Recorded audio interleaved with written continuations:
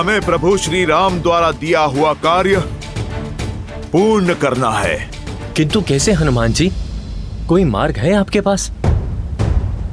आप सब धैर्य रखिए, कोई न कोई मार्ग अवश्य ही मिलेगा। हम ऊंचाई से माता सीता को खोजने का प्रयास करेंगे। हम देखेंगे कि इस महासागर का अंत है भी या नहीं।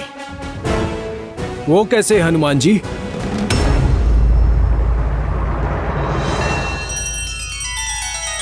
श्री रामचंद्र कृपालु भजु मन हरण भव भय दारुणम। नव कंज लोचन कंज मुख कर कंज पद कंजारुणम। सिया राम सिया राम सिया राम सिया राम। आदर्श और मर्यादा की है ये कथा महापावनम। काट मद श्री से मिला दे श्रीमद् रामायणम। श्रीमद् रामायणम। सिया राम सिया राम सिया राम सिया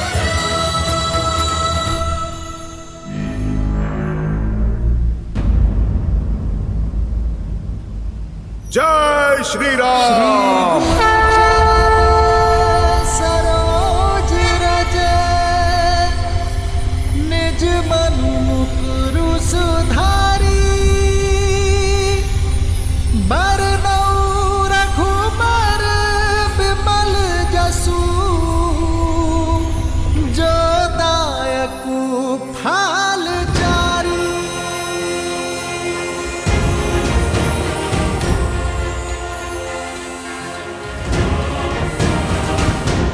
कुछ दिखाई दिया हनुमान जी? क्या लंका है उस ओर? नहीं। तो अपना आकार और बढ़ाइए ना। जय श्री राम।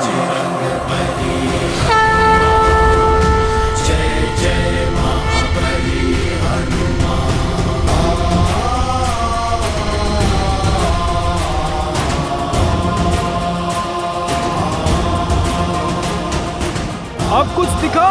कुछ नहीं दिखा। तो और बढ़ाइए अपना आकार। जय श्री राम। नल नील, बस इससे अधिक और नहीं बढ़ा सकता मैं।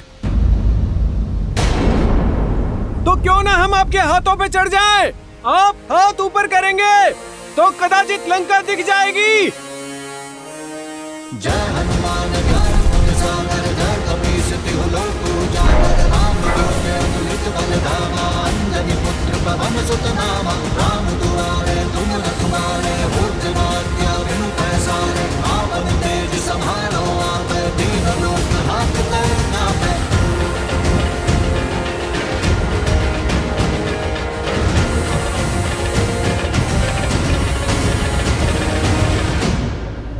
कुछ दिखा? कुछ नहीं दिख रहा हनुमान जी। चारों ओर सागर ही सागर है, कुछ दिखाई नहीं दे रहा।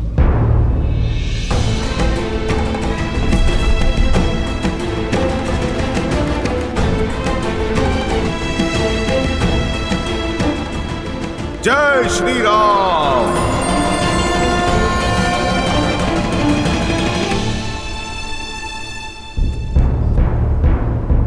लगता है फंस गए हम। यहीं पड़े पड़े मृत्यु को प्राप्त हो जाएंगे हम।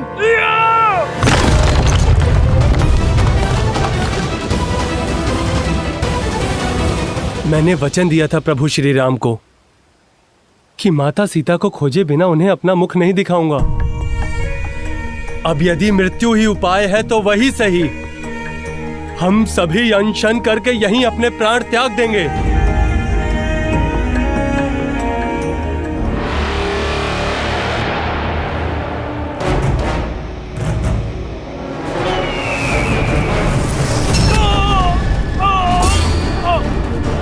नल,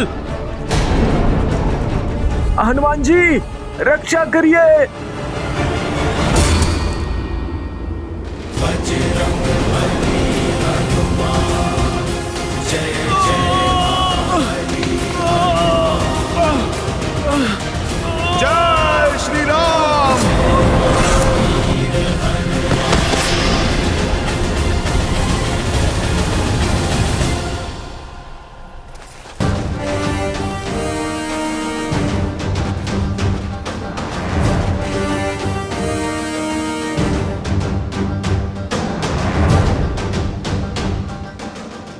दया आती है मुझे तुम पर, तुम्हारे इस निर्णय क्षमता पर। अरे तुम पे तो प्रहार करना भी हमारी वीरता पे कलंक है, दुष्ट। गिद्ध हूं मैं और असहाय, मरे हुए जीवों को खाता हूं। तुम तो स्वयं प्राण त्यागने को सज्ज हो, तो क्यों ना मेरे भोजन बनो। जाते जाते उपकार होगा। कितनी लज्जा की बात है, गरुड़ की महान वंशावली को तुम कलंकित कर रहे हो। एक पक्षीराज जटायु थे जो हमारे प्रभु श्री राम की अर्धांगिनी माता सीता की रक्षा हेतु अंतिम सांस तक लड़े। धर्म की रक्षा करते करते उन्होंने प्रभु श्री राम की गोद में अपने प्राण त्याग दिए। और एक तुम हो अधर्मी, नरभक्षी। क्या जटायु? हाँ, शरीर तो उनका तुम्हारे जैसा ही था, परंतु आत्मा हरि में मिल गई। उन्होंने अपने प्राण दे दिए धर्म के लिए। और एक तुम हो कि जटायु मर गया? ऐसा नहीं हो सकता। कह दो ये झूठ है, कह दो जटायु अभी जीवित है। आप हमें क्षमा करें, पर यह सत्य है। माता सीता को बचाने के लिए जटायु ने मृत्यु के लिए सज्ज हो जाओ। जटायु! अपने प्राणों की आहुति दे दी।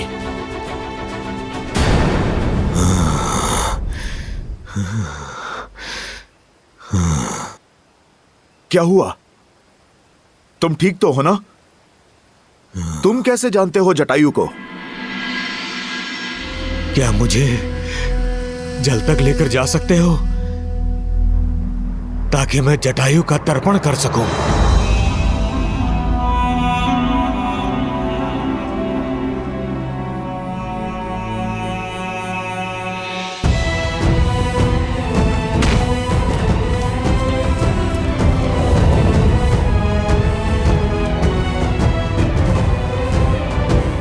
भैया, उत्तर दिशा की ओर गया हुआ दल भी लौट आया है और उन्हें भी भाभी मां की कोई सूचना नहीं मिली है। परंतु वर्षल महाबल अपने साथ भरत का समाचार अवश्य लाए। जय श्री राम। कहो वर्षल महाबल, क्या समाचार लाए हो? आपके निर्देश अनुसार हमने कुमार भरत से दूरी बनाए रखी थी। उन्हें हमारे और माता सीता के बारे में कुछ पता लगने ही नहीं दिया। अयोध्या में सुखी है ना मेरा भाई? कुमार भरत अयोध्या में नहीं है। वो अयोध्या की सीमा के बाहर एक तपस्वी की भांति जीवन जी रहे हैं। वो राज सिंहासन पे आपकी चरण पादुका रखकर राज कार्य कर रहे हैं।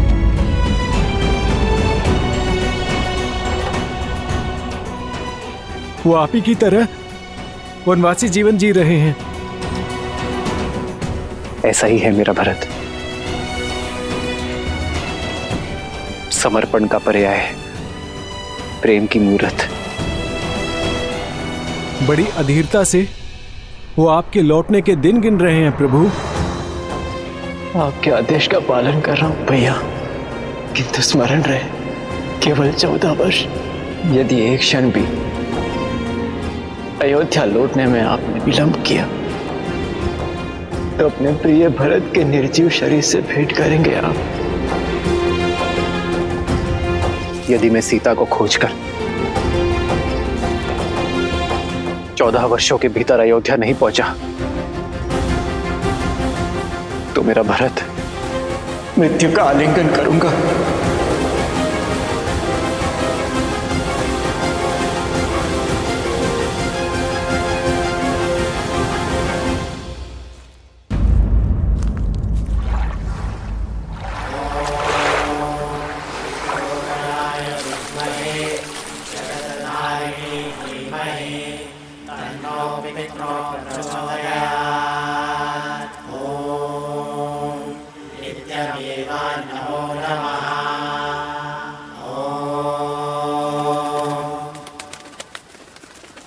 मुझे प्राणों से भी प्रिय था मेरा छोटा भाई, मेरा जटायु।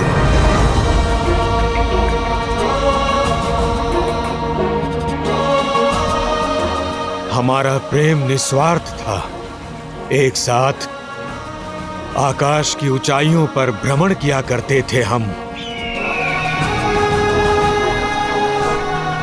अनजानी ऊंचाइयों तक जाने और अगम स्थानों की खोज करने का बहुत चाव था हमें। सूरज तक पहुंचने की स्पर्धा में जटायु आगे निकल चुका था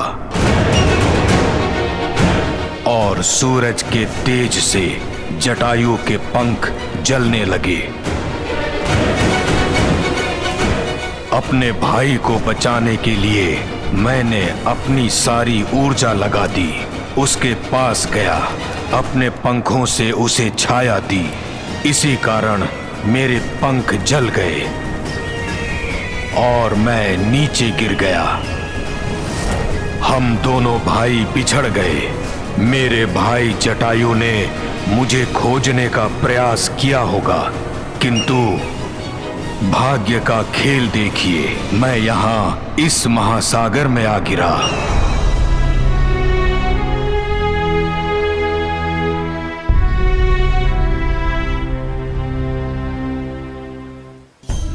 तब से यहीं इसी स्थान पर रहता हूं। पंखों के जल जाने से आखेट नहीं कर सकता, इसलिए जो भोजन मिले उसी के सहारे जीता हूं। अपंग होकर पड़ा हूं। अपने भाई के प्राण बचाने के संतोष के साथ रहता हूं, ये सोचते हुए कि मेरे जीवन का उद्देश्य क्या है। क्या इस तरह अकेले दुर्गति की मृत्यु पाऊंगा मैं?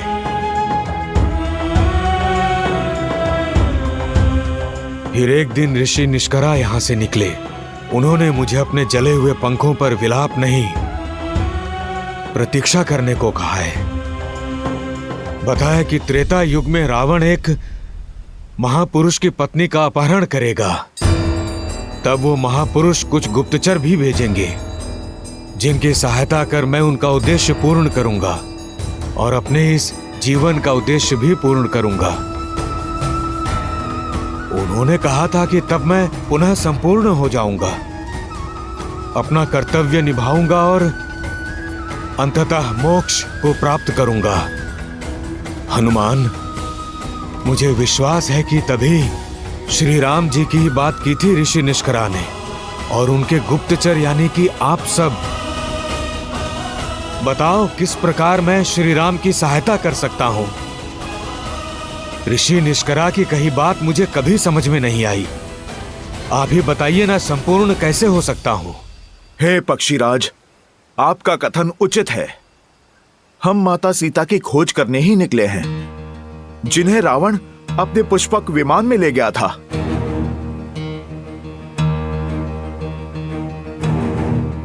रावण?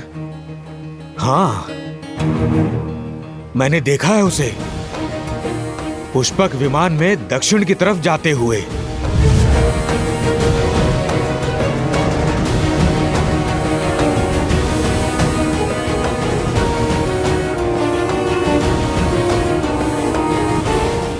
रावण उन्हें महासागर के पार ले गया था।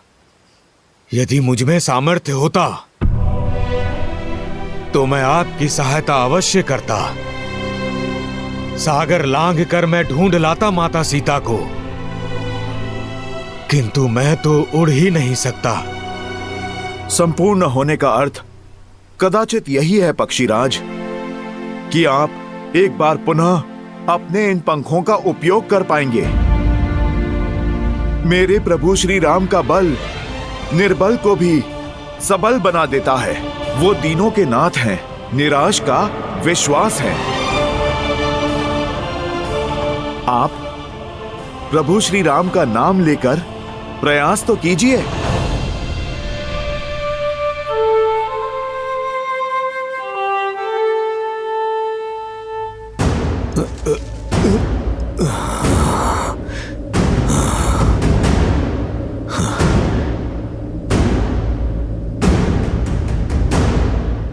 जय श्री राम, जय श्री राम, जय श्री राम, जय श्री राम।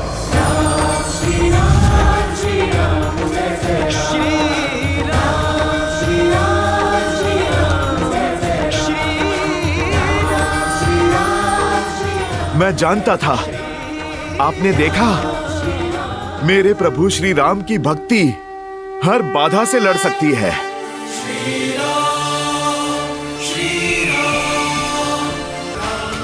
जय श्री राम, जय श्री राम। पक्षीराज, आपकी दृष्टि बहुत तीव्र है। अपनी तीव्र दृष्टि से महासागर के पार माता सीता को खोजिए। पलकर वस्त्रों में सत्य और सतीत्व के तेज से युक्त दिखेंगी आपको।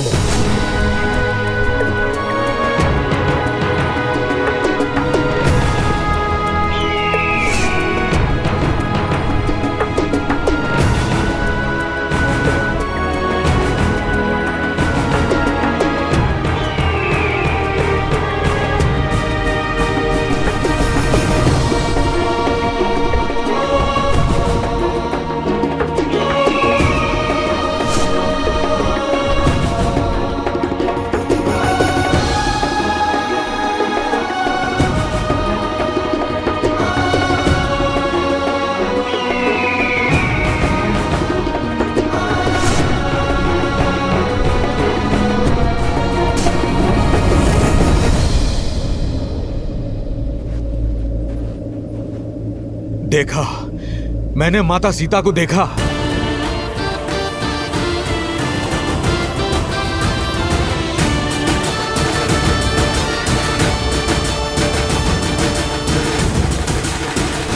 मैंने उन्हें एक वृक्ष के नीचे तपस्विनी के भेष में देखा। उनकी आंखों से आंसू बह रहे थे। मुख पर अलौकिक तेज था। अवश्य वे माता सीता हैं। किंतु क्या? किंतु वहां जाना असंभव है। वो जगह यहां से 100 योजन दूर है। इतना तो पक्षी भी नहीं उड़ सकते। क्षमा कीजिएगा, मैं अब और आपकी सहायता नहीं कर सकता। प्रतीत होता है मेरे जीवन का उद्देश्य पूर्ण हुआ। जय श्री राम। राम नाम सत्य है।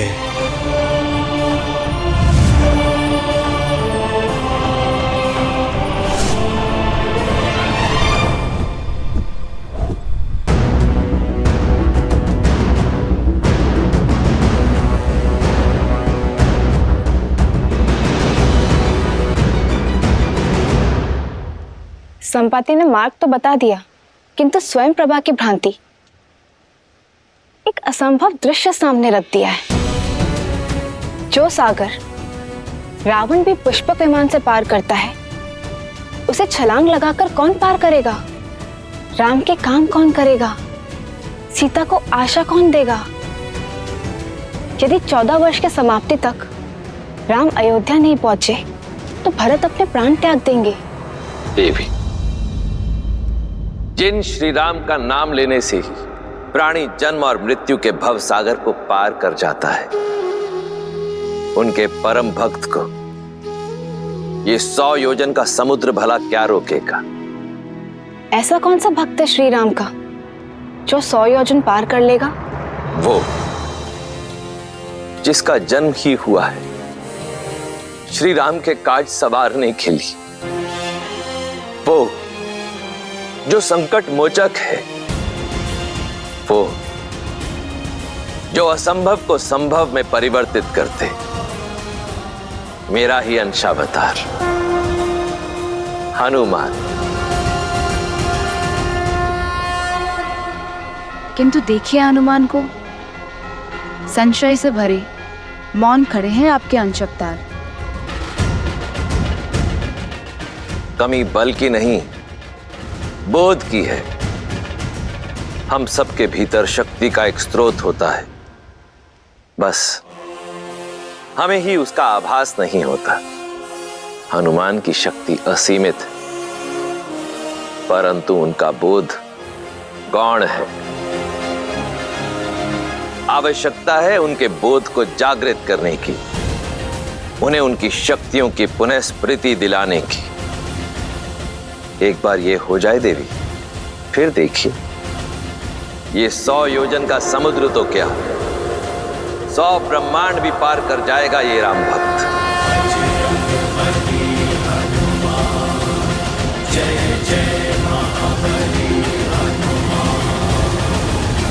श्रीमद् रामायणम। मुझे अब भी लगता है कि हमें लौट जाना चाहिए। और जो भी सूचना हमारे पास है वो श्री राम को जाके देते हैं। यहाँ पर रह के समय व्यर्थ करना अनुचित है। इस सागर को पार करना असंभव है। श्री राम का कार्य बीच मझधार में छोड़ने से अच्छा है कि हम अपनी मृत्यु को आलिंगन कर लें, क्योंकि नर के रूप में साक्षात नारायण है वो। आप उचित कह रहे हैं ताजश्री जामवंत। अब नारायण का कोई चमत्कार ही हमें मार्ग दिखा सकता है, क्योंकि हमारी आस, हमारे हनुमान जी की भी आस छूट चुकी है। हमारे पास कोई मार्ग नहीं है। ईश्वर भी उन्हीं की सहायता करते हैं जो स्वयं अपनी सहायता करते हैं। कई युगों से मैं इस धरा पर हूं, जानता हूं कि जिस कार्य में श्री राम का नाम हो वो कार्य कभी अधूरा नहीं रह सकता। कोई ऐसी समस्या नहीं जिसका कोई हल ना हो। हमें बस श्रद्धा के दीप में आस की लौ जगाए रखनी होगी।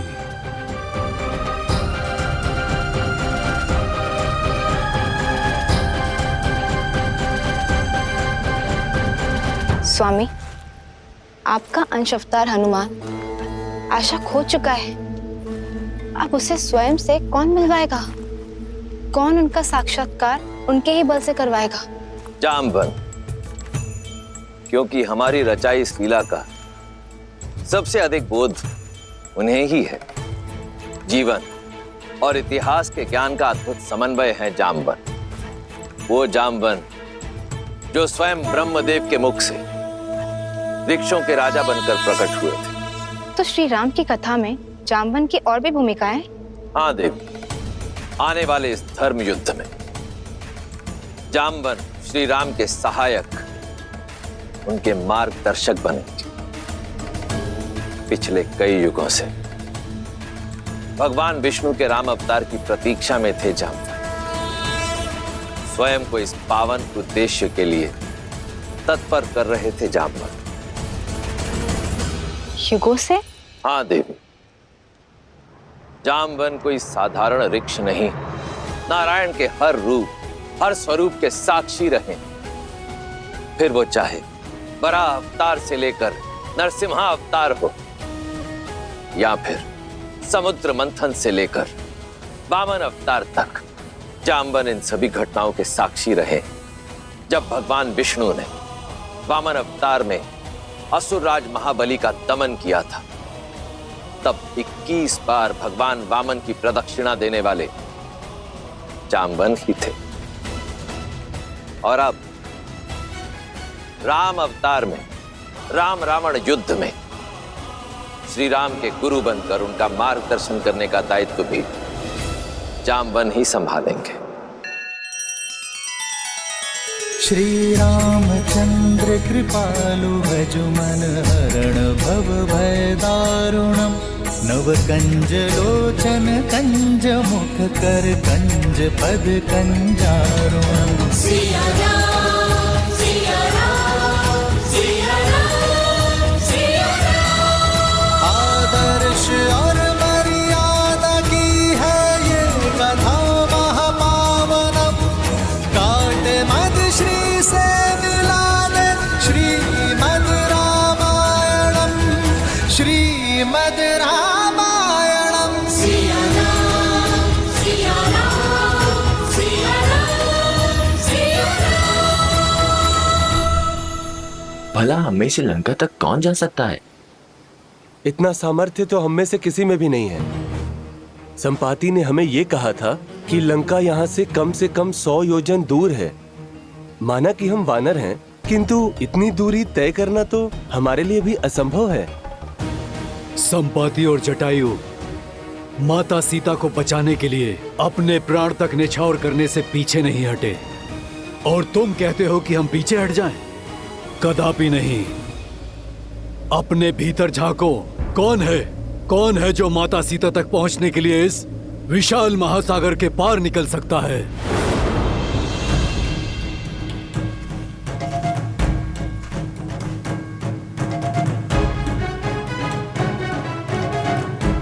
जामुन जी, मैं 20 योजन तक छलांग मार सकता हूँ। मैं 40 योजन। युवा अवस्था में मैं इतनी दूरी पार कर सकता था, किंतु अब शरीर में उतना बल नहीं।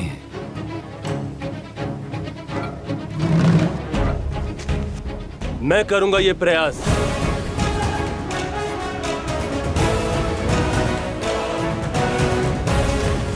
तुम्हारे सामर्थ्य पर संदेह नहीं है अंगद।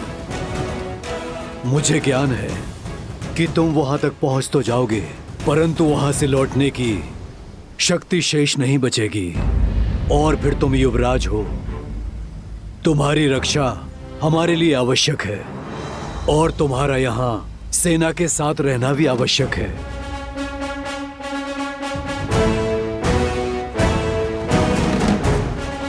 हम में से केवल एक है जो इस असंभव कार्य को संभव कर सकता है। जय महावीर हनुमान, जय जय पवन पुत्र हनुमान, बजरंग बली हनुमान, जय जय महाबली हनुमान। जामवन जी, कहीं आपका संकेत मेरी ओर तो नहीं? नहीं ऋक्षराज, मैं ये नहीं कर सकता। इतना सामर्थ्य नहीं है मुझ में। सामर्थ्य है पर बोध नहीं है, बल है। किंतु तुम भूल चुके हो, बुद्धि में तुम्हारा कोई सानी नहीं है। पर्वत को मसान की भांति मसल देने की शक्ति है तुम में। तुम भूल गए कि श्री राम ने क्या कहा था? क्योंकि ये यात्रा केवल सीता की खोज की नहीं, तुम्हारे स्वयं को खोजने की भी है। पात्र हो पर परिचय नहीं है अपना। अपना परिचय जानते हो ना हनुमान? हाँ, मैं हनुमान हूँ, महाराज केसरी और माता अंजना का पुत्र हनुमान। किंतु हनुमान की पहचान और भी अधिक भव्य है। आ जाओ सब, हनुमान के जन्म की गाथा सुनाता हूँ। उन्हें उनकी वास्तविकता का बोध कराता हूँ।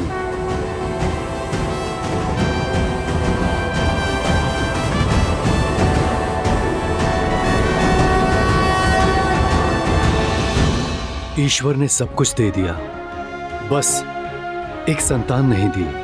कोई नहीं जो हमें श्रद्धांजलि दे सके हमारे जाने के बाद। आपकी पीड़ा मुझे भी बहुत कष्ट देती है वानरराज। भीतर ही इस वेदना से जलती हूँ। वानरराज केसरी को एक वंशज तक ना दे पाई। लेकिन ऐसा कोई नहीं है जो मेरा आंचल पकड़ के मुझसे हट करे, जिसे मैं लोरिया सुनाकर सुलाऊं। मुझे लगता है अब केवल महादेव ही हमारा कष्ट हर सकते हैं।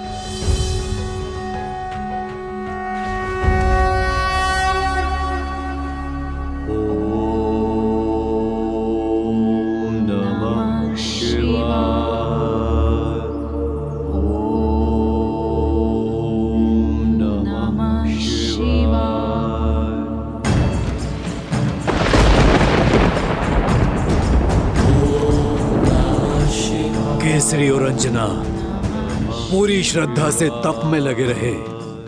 पूरे 12 वर्षों तक उन्होंने कठिन प्रार्थना की, आस का आंचल नहीं छोड़ा, और उनकी दृढ़ता ने महादेव को प्रसन्न कर दिया।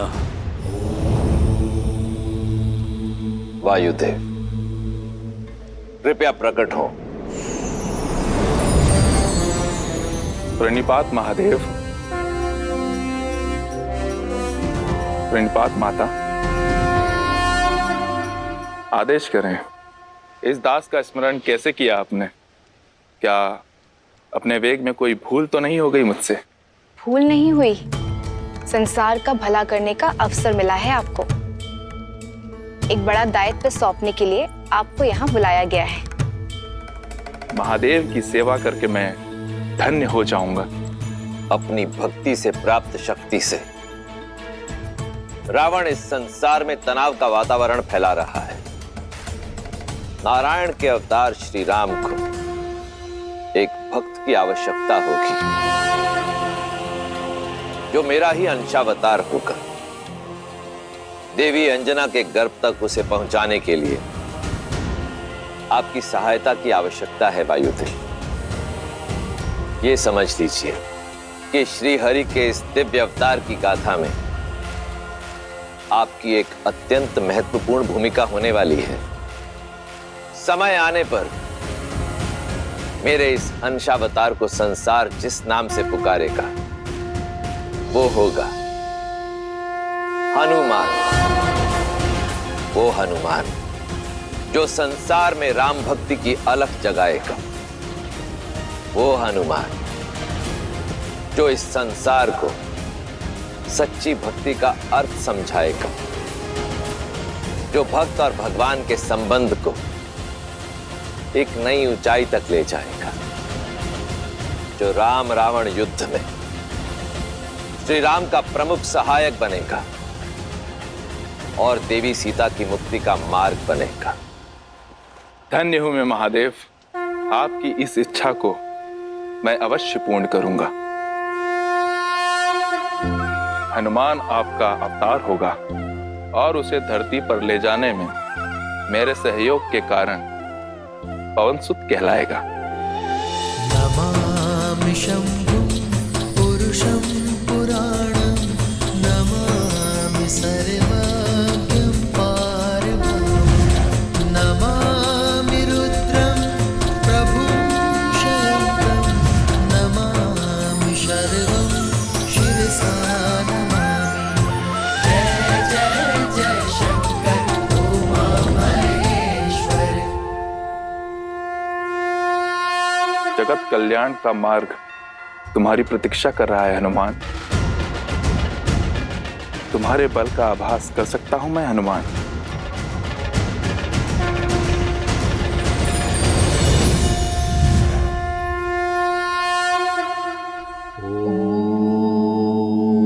नमः शिवाय।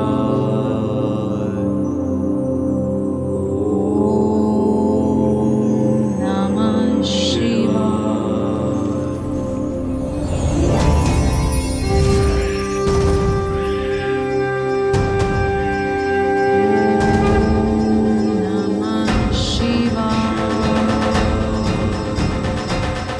रख सकता तो सदा सर्वदा तुम्हें अपने साथ ही रख लेता, किंतु महादेव का आदेश अडिग है, पास नहीं रहेगा।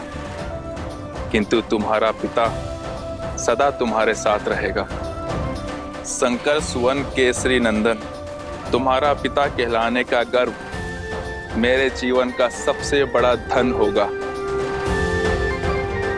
पवनसुत,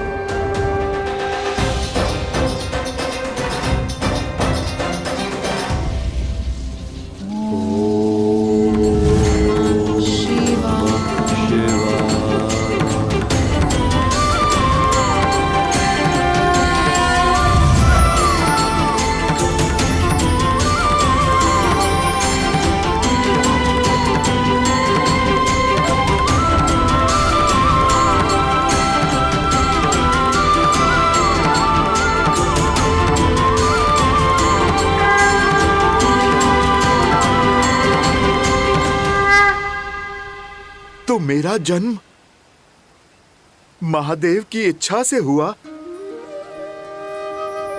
जामवंत जी, मैं महादेव का अंश हूं। अंजनेय होने के साथ साथ पवन सुत भी हूं मैं।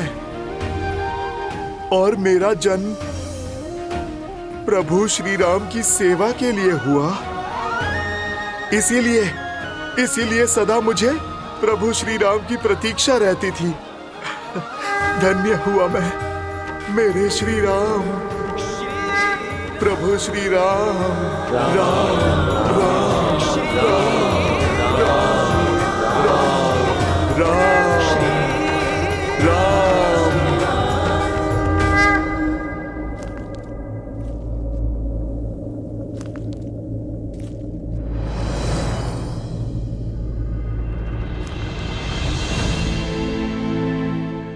चिंता ना करें मित्र, हनुमान जो दायित्व लेते हैं उसे वो अवश्य पूर्ण करते।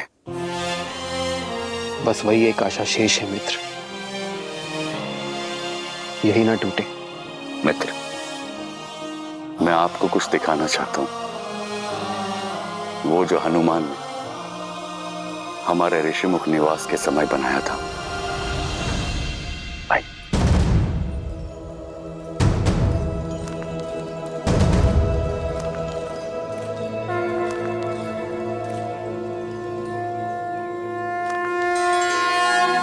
मेरी मूर्ति यह हनुमान ने बनाई है मेरे लिए?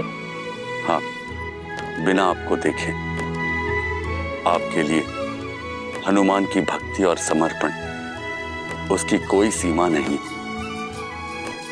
अपने हृदय में उभरती छवि को वर्षों तक हर दिन अथक प्रयास से गढ़ा है उसने। भैया,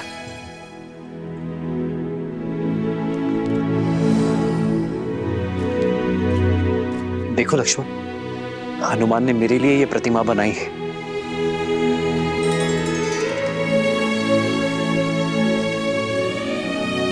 धन्य हुआ मैं लक्ष्मण कि मेरा सहयोगी इतना स्नेह करता है मुझसे, जिसका मुझ में इतना विश्वास हो कि बिना मुझसे भेंट की, बिना मुझे देखे समर्पण से इतनी बड़ी प्रतिमा बना डाली। वो मुझे कभी निराश नहीं करेगा लक्ष्मण। उसके विश्वास ने मुझे नई आस दी है लक्ष्मण। हनुमान अवश्य सीता को खोज कर लाएगा।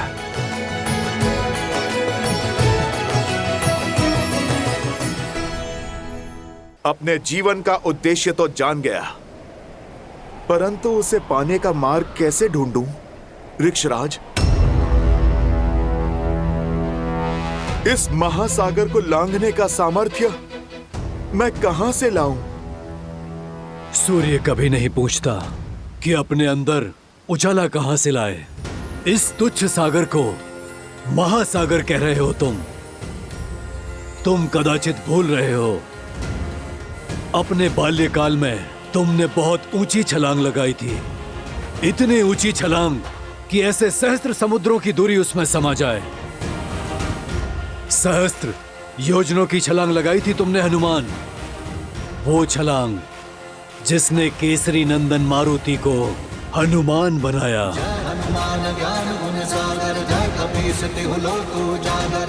अपने जन्म और उस असंभव छलांग की कथा सुनो हनुमान। अपना बल, सामर्थ्य और स्वयं का परिचय पा जाओगे।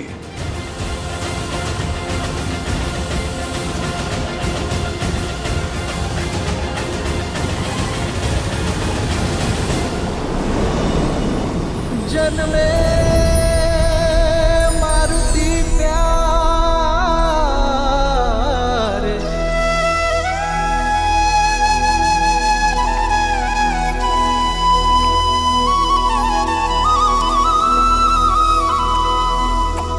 जन्मे मारुति प्यारे।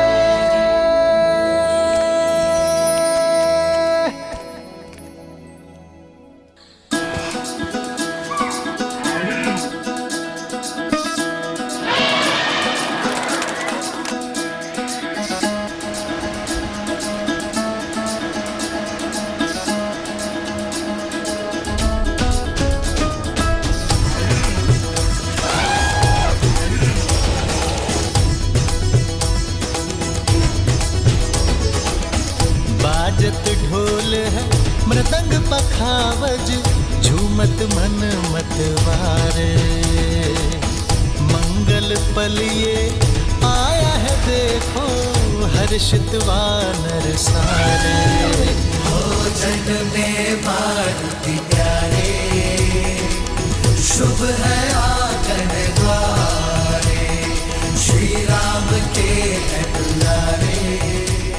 ये केवल न केसरी और अंजना का पुत्र है, वायुदेव की भेंट है हमें। मारुत का आशीष है, पवन पुत्र मारुति है, मारुति।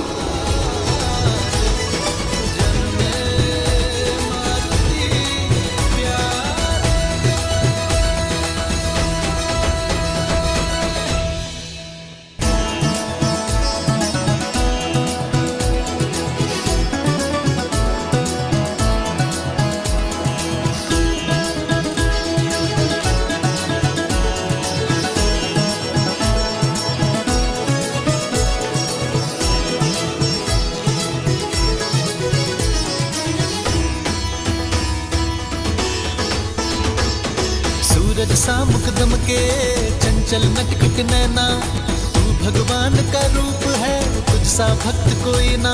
सूरज सा मुकदम के चंचल नटखट नैना, तू भगवान का रूप है, तुझ सा भक्त कोई ना। देखो तुझे सुर नर मुनि जन जाए वारे वारे। बाजत ढोल मृदंग पखावज, झूमत मन मतवारे।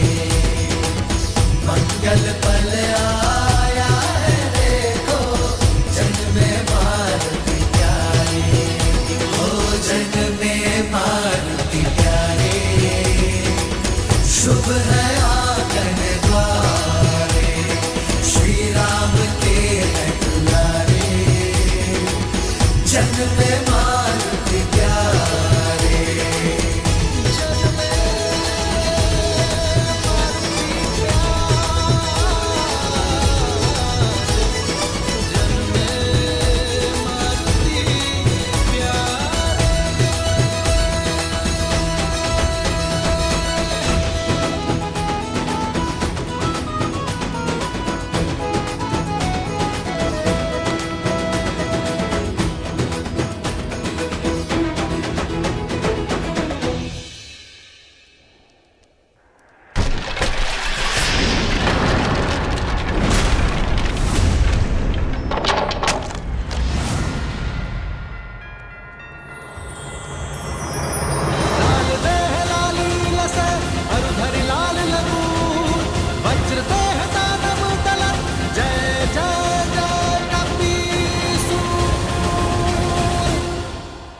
श्रीमद् रामायणम्।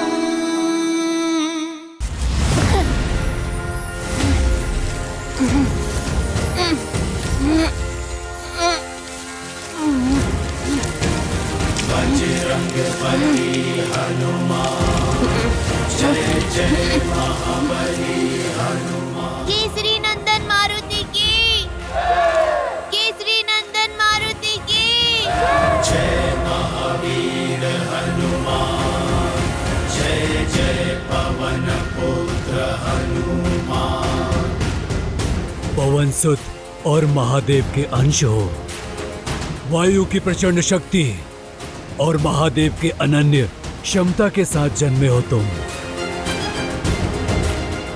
और इसलिए तुमने वो उड़ान भरी जो कोई नहीं भर पाया।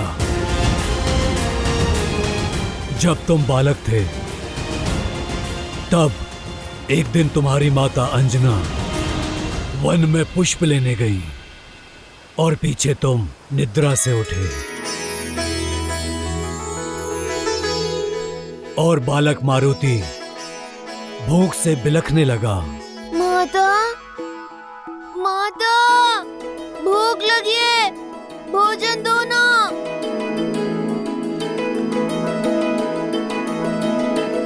माता, माता, माता।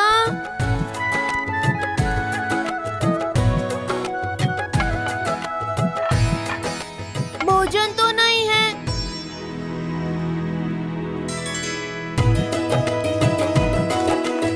देखो मारुति आ गया, आ गया। अरे मारुति तुम आ गए। हमने कुछ रसीले आम देखे, किंतु वह इतने ऊपर हैं कि हम तोड़ नहीं सकते। क्या तुम तोड़ लाओगे? हम लोग साथ में खाएंगे। भूख तो मुझे भी लगी है, किंतु माँ कहती है स्वयं से पहले सदा दूसरों के बारे में सोचना चाहिए। चलो पहले तुम्हें खिलाता हूँ। चलो चलो मेरे साथ चलो चलो।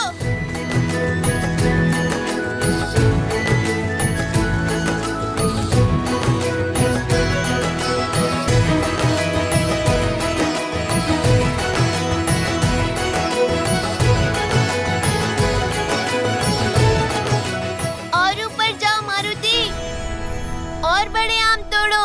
मारुति मारुति मारुति मारुति मारुति मारुति मारुति मारुति मारुति मारुति मारुति मारुति मारुति मारुति।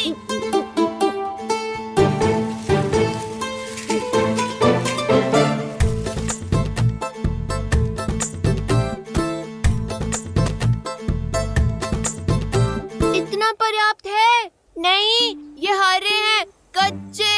और ऊपर जाओ, लाल चमकीले आम तोड़ो। फल जितना बड़ा, जितना लाल, जितना चमकीला, उतना ही स्वादिष्ट और रसीला होता है।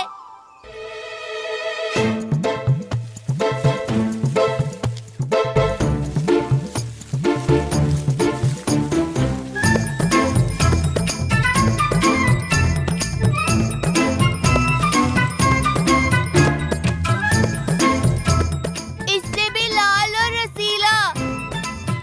सबसे लाल, सबसे मधुर आम सबसे ऊपर लगते हैं।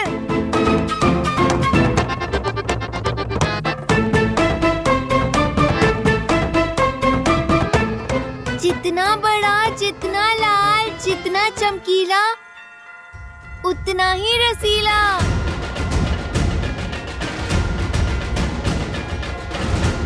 मुझे यही फल खाना है। बुद्धू, वो आम नहीं, सूर्यदेव है, सूर्यदेव। लाल देह लाली लसे हरधरि लाल लगून, वज्र देह दानव तलन, जय जय जय कपीसूर। देवी अंजना को बताना होगा, हनुमान संकट में है। जय जय पवन पुत्र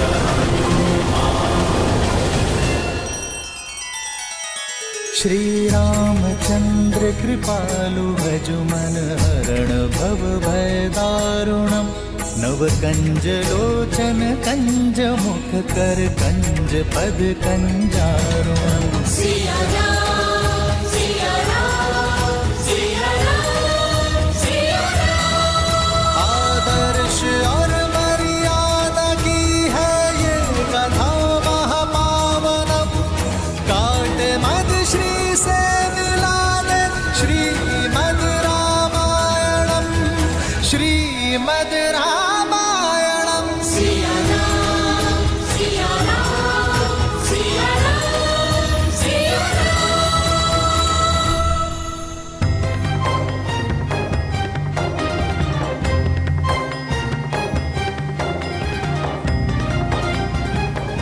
ऐसे क्या देख रहे हो आप लोग? सच में हनुमान जी, आप सूर्य को फल समझ के खाने दौड़े। बालपन में तो सभी भोले होते हैं ना, मैंने भी कर दी होगी ऐसी हट। मुझे नन्हा नन्हा आभास तो हो रहा है उस क्षण का, किंतु मुझे सब कुछ स्मरण नहीं है।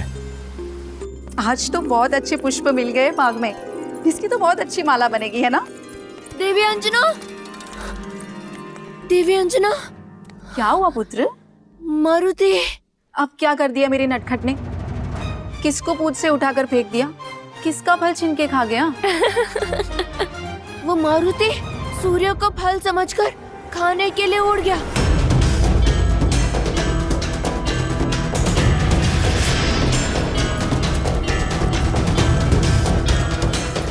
मारुति, पुत्र लौट आओ। मारुति!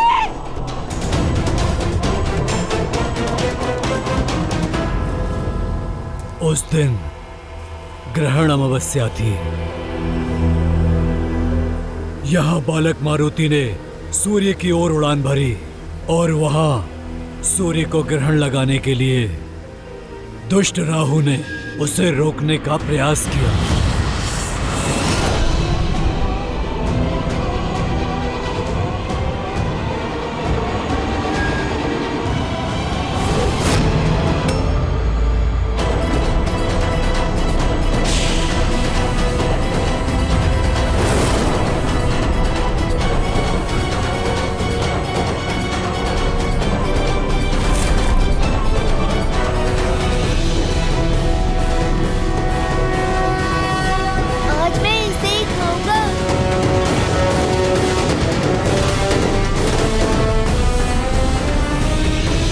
बालक, कहाँ जा रहे हो? उस फल को खाने। नहीं, सूर्य को खाने का अधिकार केवल मेरा है। माता तो कहती हैं प्रकृति में सबका समान अधिकार है। ये जो भी है मारुति के वेग को स्पर्श तक नहीं कर सकता। ये रसीला फल मैं ही खाऊंगा।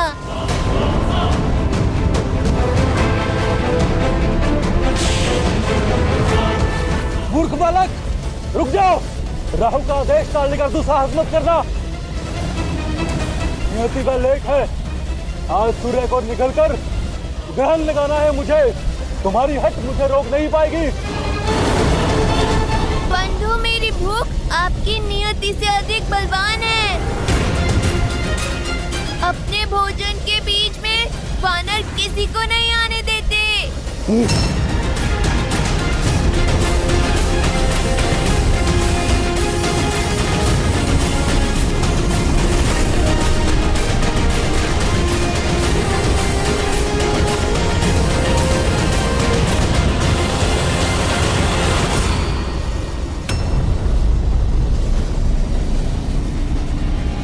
अच्छा, मेरी टांग खींचोगे?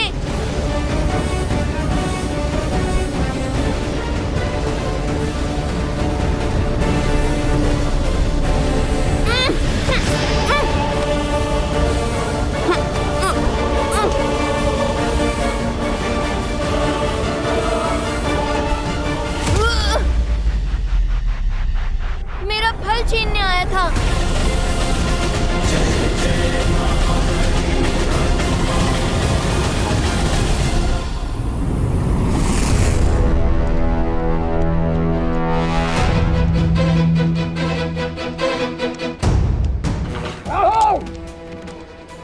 इतना दुस्साहस तो मेरी अनुमति के बिना मेरी सभा में प्रवेश कर उसे भंग करने की उद्दंडता की तुमने।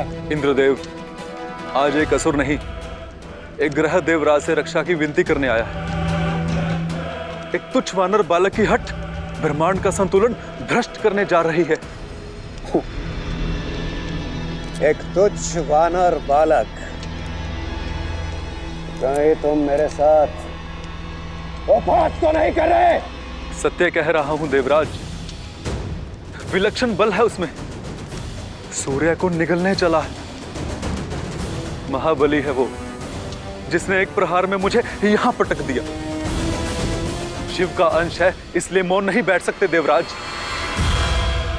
अमृत मंथन के समय सूर्य को ग्रसित करने का अधिकार केवल मुझे दिया गया।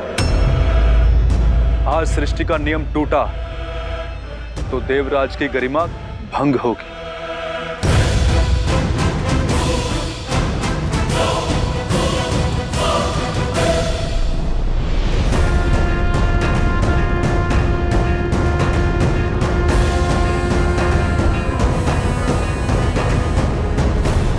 रुक जाओ बालक।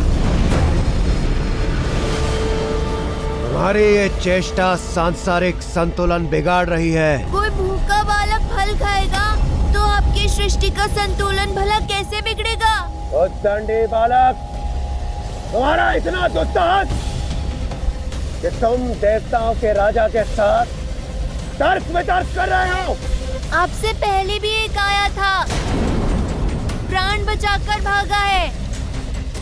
आप जाइए, मुझे अपना भोजन करने दीजिए।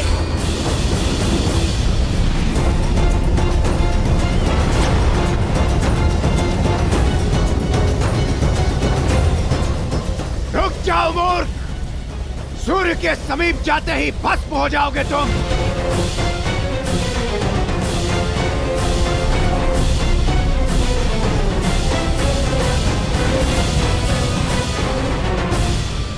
बहुत सी बाधाएं लांघकर मैं यहाँ तक पहुँचा हूँ। अब मैं पीछे नहीं हटूंगा, पर इतना बड़ा फल खाऊं कैसे?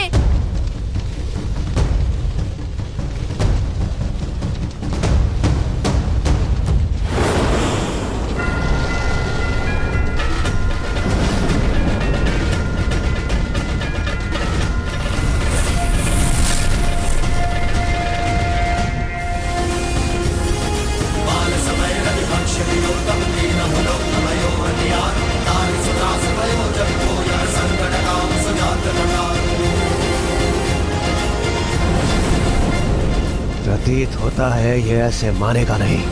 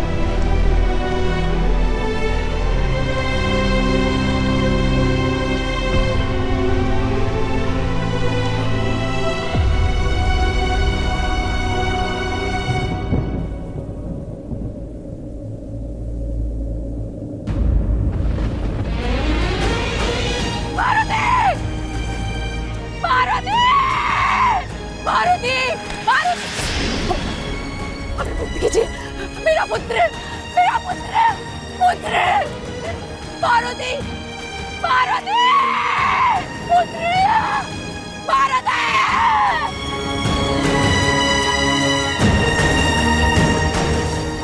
पुत्र, उठा पुत्र, पुत्र उठो। मारुति आंखें खोलो पुत्र, निद्रा से जागो पुत्र।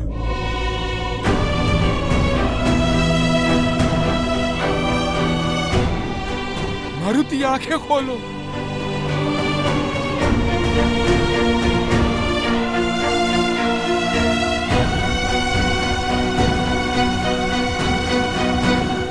तो क्या मारुति की मृत्यु हो गई?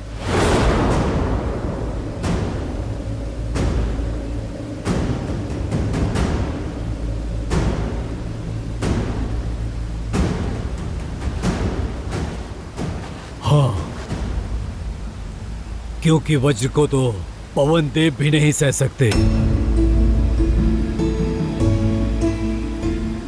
तो पवन पुत्र कैसे सहता? मारुति वज्र का प्रहार नहीं सह पाया और वायुदेव इस सत्य को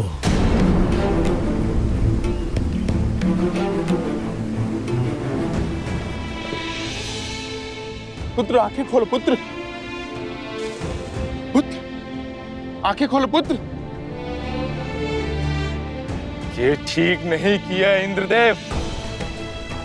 एक बालक की अबोधता के लिए उसके प्राण ले लेना, उसका अंत कर देना, ना ये न्याय संगत है और ना ही नीति है। जिस संसार में एक अबोध बालक की बाल हट का दंड मृत्यु है, वो संसार पीड़ा पाने के ही योग्य है। अपने पुत्र के अन्याय का दंड मैं अवश्य दूंगा इस सृष्टि को। पीड़ा का बाण केवल तुम नहीं सहोगे पुत्र।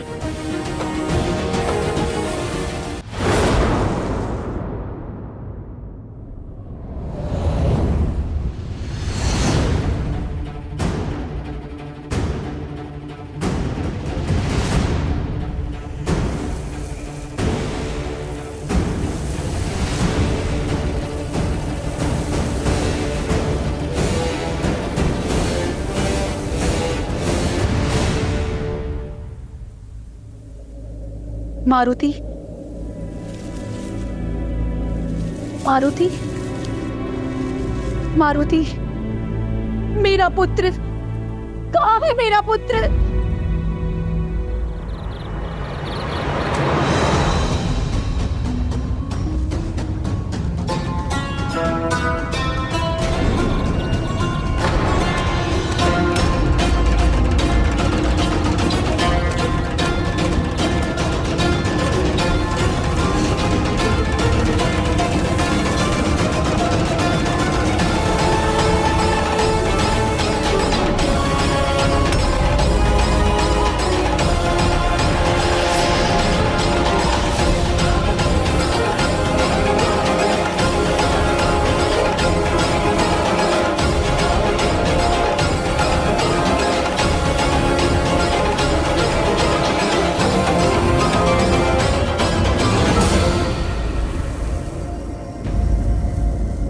मेरी पीड़ा ने संसार के अनगिनत जीवों के प्राणों पर संकट ला दिया है, परंतु जब तक ये संकट समाप्त नहीं होता, मेरा मारुति पुनः श्वास नहीं लेता, तब तक मैं किसी को भी श्वास नहीं लेने दूंगा।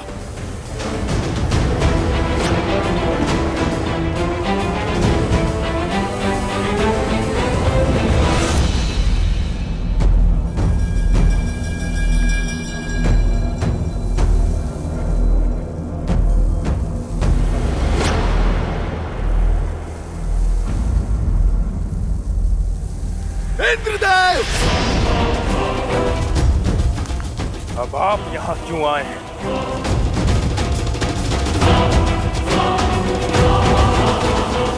अपने क्रोध को नियंत्रित कीजिए वायुदेव, और ऐसा अनर्थ मत कीजिए। यदि आपने अपनी वायु का संचार न किया तो इस समस्त सृष्टि का सर्वनाश हो जाएगा, और आप इस प्रकार जीवों से उनका जीवन नहीं छीन सकते। क्यों? यदि आप मेरे पुत्र का जीवन छीन सकते हैं, तो मैं भी सृष्टि से वायु रूपी जीवन छीन सकता हूं।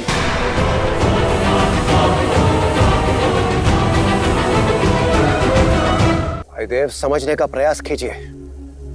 उस समय मेरे सम्मुख मारुति को रोकने के अतिरिक्त कोई और विकल्प शेष नहीं था। विकल्प तो मेरे पास भी नहीं है।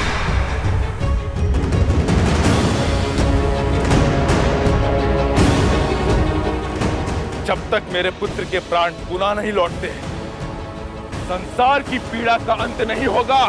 दुर्भाग्यवश प्राण दान देना मेरे वश में नहीं है वायुदेव। तो जो वश में है वो कीजिए। संसार के सर्वनाश का साक्षी बनिए देवराज।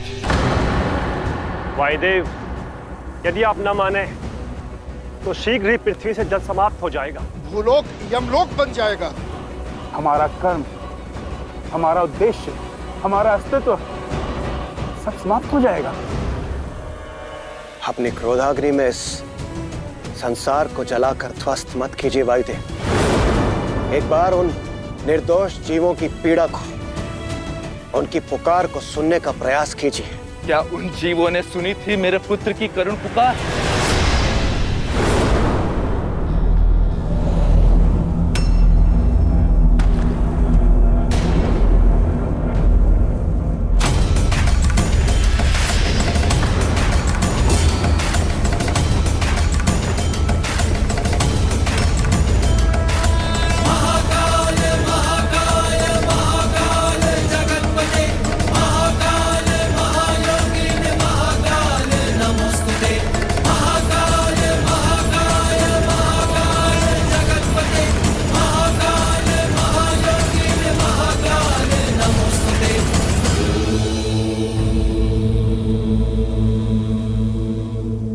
प्रणाम महादेव।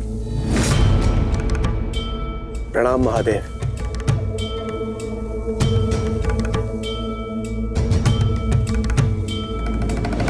महादेव, अब आप ही वायुदेव को समझाइए। पुत्र शोक से पीड़ित एक पिता को कोई क्या समझा सकता है इंद्रदेव? और वैसे भी वायुदेव को उनका कर्तव्य स्मरण कराने से पूर्व क्या आपने स्वयं अपने धर्म को समझा? देवराज इंद्र का कर्तव्य निभाते निभाते आप स्वयं बड़े होने का धर्म भूल बैठे हैं। और क्या होता है बड़े होने का धर्म? अपने से छोटों की रक्षा करना। परंतु आपने नन्हे मारुति पर प्रहार कर अधर्म किया है देवराज इंद्र। शंभू शंभू शंभू शंभू शंभू। हाँ, अन्न और जल हो।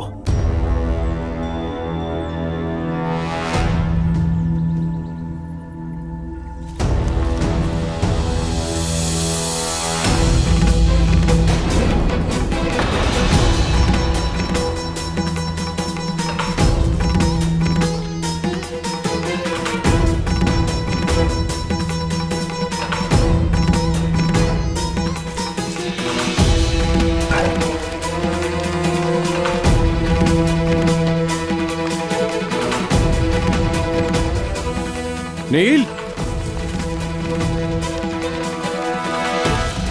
इतने बहुमूल्य रत्न? भाग्य से हमें रत्नों का भंडार मिल गया है।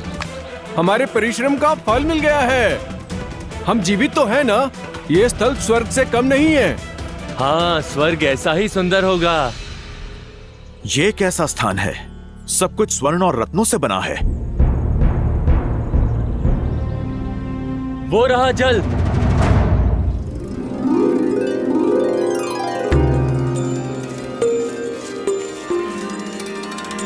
ये अवश्य किष्किंधा गुफा ही है। पौराणिक कथाओं में इसके बारे में सुना था, किंतु ज्ञात नहीं था कि इसका अस्तित्व सत्य है। चल। हाँ?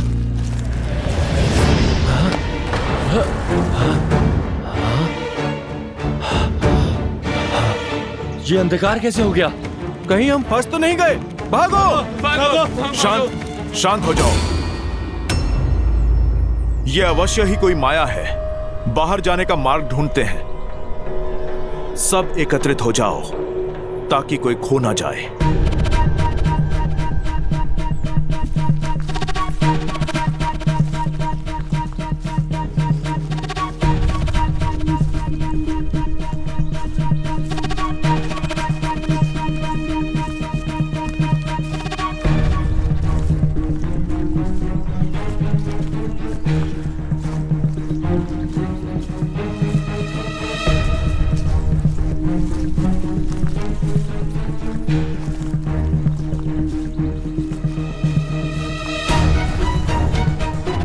हनुमान जी, हम तो उसी स्थान पर पुनः आ गए। अरे, ये कैसी माया जाल है? चलिए, हम लोग वापस चलते हैं।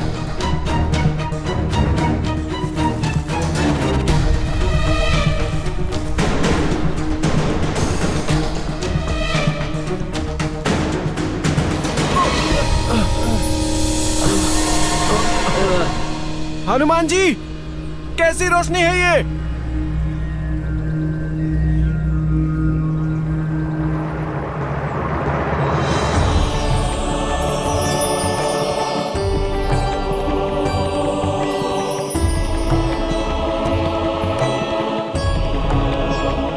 इतने रसीले फल और जल भी स्वच्छ है। चलो साथियों, टूट पड़ो, अपनी भूख और प्यास मिटा लो। मैं तो कहता हूँ कुछ दिन यहाँ विश्राम कर लेते हैं।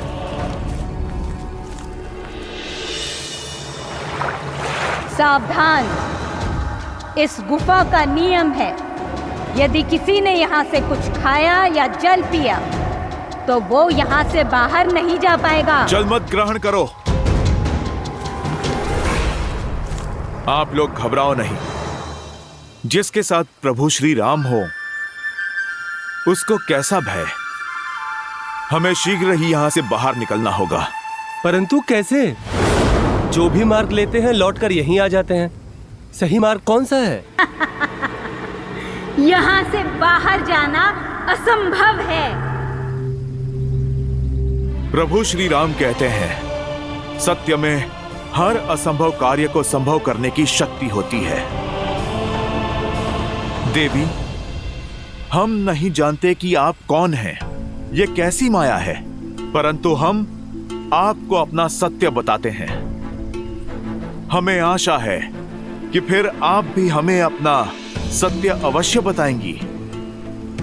हम यहाँ चोरी या लूट की आशा से नहीं, अन्न और जल की आस से आए हैं देवी। हम तो प्रभु श्री राम के भक्त हैं, जो उनकी पत्नी माता सीता को खोजने निकले हैं, जिन्हें रावण ने बलपूर्वक बंदी बना लिया है।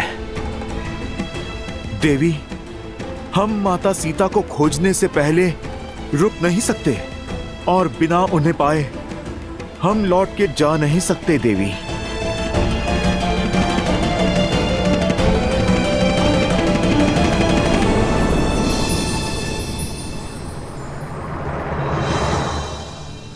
फिर तो अच्छा यही होगा कि यहीं रुक जाओ, क्योंकि जहां रावण सीता को लेकर गया है वहां कभी नहीं पहुंच पाओगे।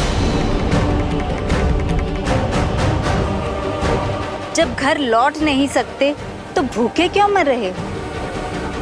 यहां अनंत काल तक भोजन लो, मीठे फल खाओ और स्वर्ण रत्नों के बीच रहो।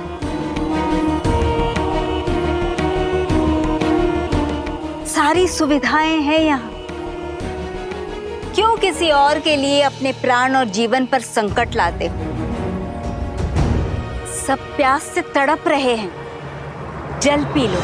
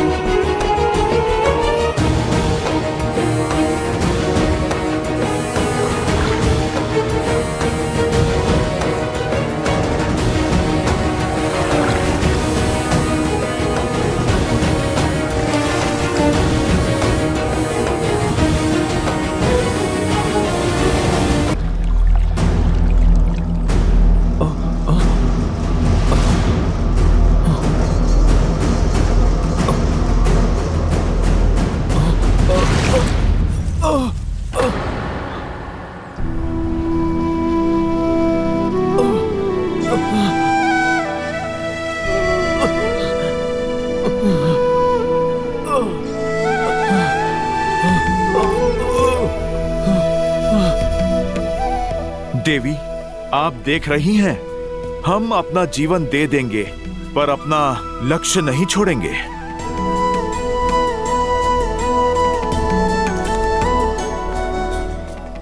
माता, यदि जीवन पाने के बदले अपना लक्ष्य त्यागना है तो वो हमें स्वीकार नहीं। हम प्रभु श्री राम के काज में भले भूखे प्यासे मर जाए, पर हम वहां नहीं रुकेंगे जहां लक्ष्य में बाधा हो। एक वानर में इतना निश्चय? प्रभु श्री राम का नाम लेने वाले कौन हैं आप? हम वानर ही नहीं, प्रभु श्री राम के सेवक हैं, उनके सैनिक हैं। मैं दशरथ नंदन प्रभु श्री राम का दास हूं और ये महाराज सुग्रीव की सेना है। अद्भुत। जिसमें इतना निश्चय हो, उन्हें विजय पाने से कौन रोक सकता है? आइए, निसंकोच होकर अन्न और जल लीजिए।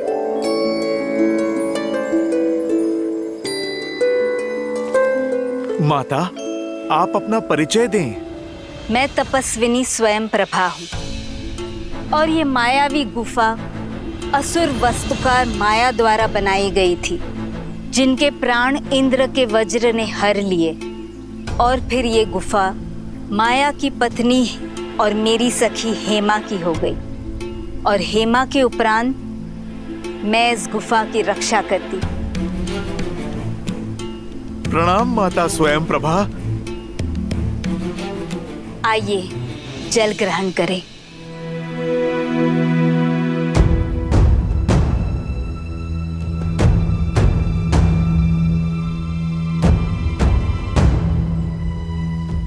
घबराइए मत, आप सब धर्म के पथ पर निकले हैं। आपकी सहायता करना तो मेरा सौभाग्य है। निसंकोच होकर जल ग्रहण कीजिए। मैं आप सबको स्वयं यहाँ से बाहर लेकर जाऊंगी।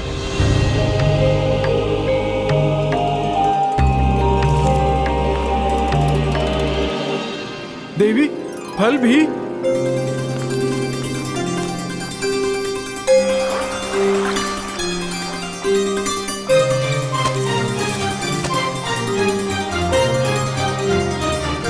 हनुमान काका, आप भी कुछ खा लीजिए।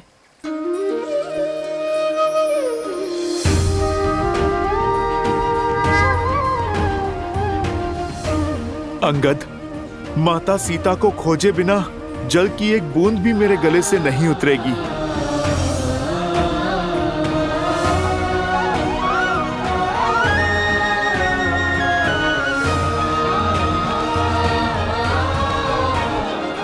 माता, भोजन के लिए धन्यवाद। आप हमें बताइए, बदले में हम आपकी क्या सेवा कर सकते हैं?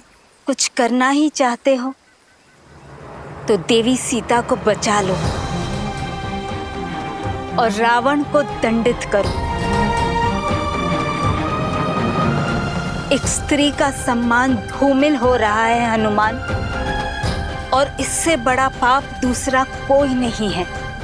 माता, राक्षस कुल की होते हुए भी धर्म परायण हैं आप।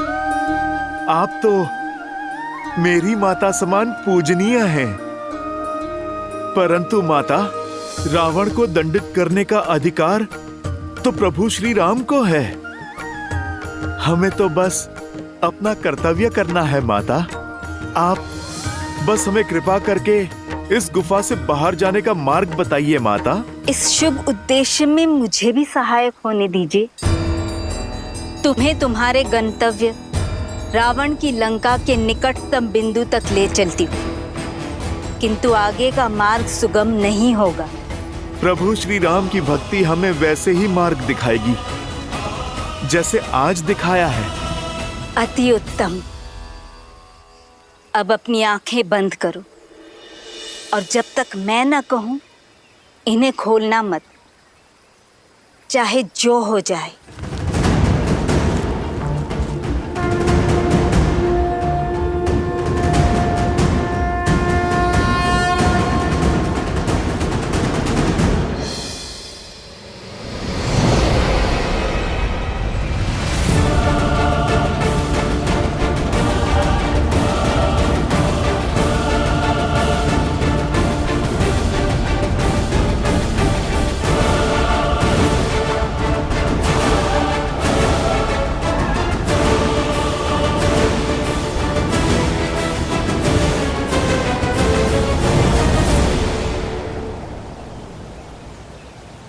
आंखें खोलो।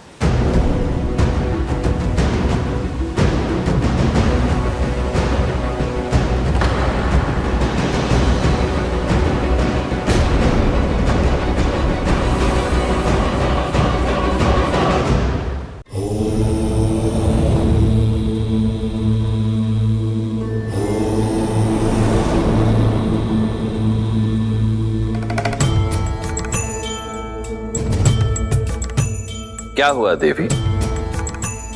आपके मुख पर चिंता के भाव? इस कथा में तपस्वी स्वयं प्रभा का क्या महत्व है, और बहुमूल्य रत्नों से सजी उस मायावी गुफा का क्या औचित्य है? औचित्य है देवी, कर्तव्य के पथ पर संकट के साथ साथ लोभ भी आता है। प्राणी को जिसकी सबसे अधिक चाह, सबसे अधिक आवश्यकता होती है, वो उसके समक्ष प्रकट होता है और तब वो अपने मार्ग से भटक जाता है, अनुचित निर्णय लेने लगता है, क्योंकि मन में आया लोभ विवेक के उजाले को अंधकार में परिवर्तित करने की क्षमता रखता है। किंतु समय रहते जो इस लोभ को त्याग दे वो सदा सर्वदा के लिए तर जाता है। हनुमान और अन्य वानरों ने यही किया, इसीलिए तो श्री राम ने उन्हें अपना सहायक बनाया, क्योंकि वानरों की भक्ति और उनकी मित्रता का गुण तो देवताओं में भी नहीं है। वानर अपने पद से कभी भटकते नहीं हैं,